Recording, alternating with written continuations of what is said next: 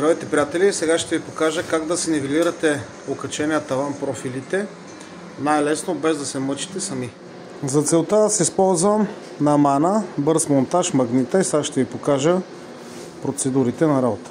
В случая съм си настроил лазерен нивелир, сложил съм една планка на стената от гипсокартон, пуснал съм си нивото, взимаме магнита за бърз монтаж и го лепим на УД профила. Ето го.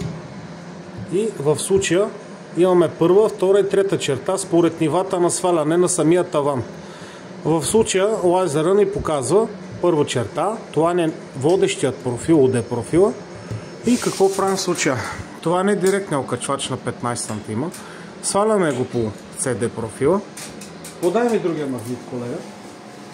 Взимаме магнит номер 2 и го поставяме на профила.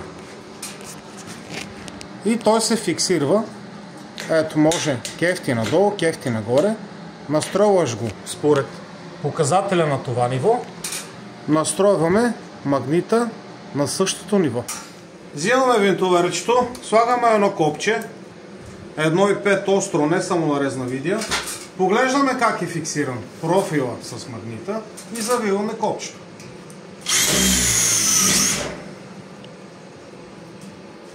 Така. Взимаме още едно копче.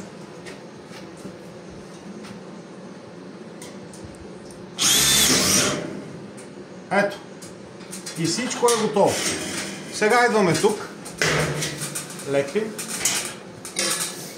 Пускаме окачвачите. Отиваме на следващото. Фиксираме хубаво. Захващаме профила да не ни играе.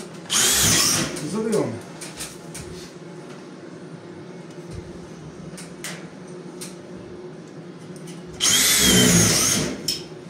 По този начин нещата стават много лесно, сами се нивелирате тавана и става с перфектна точност.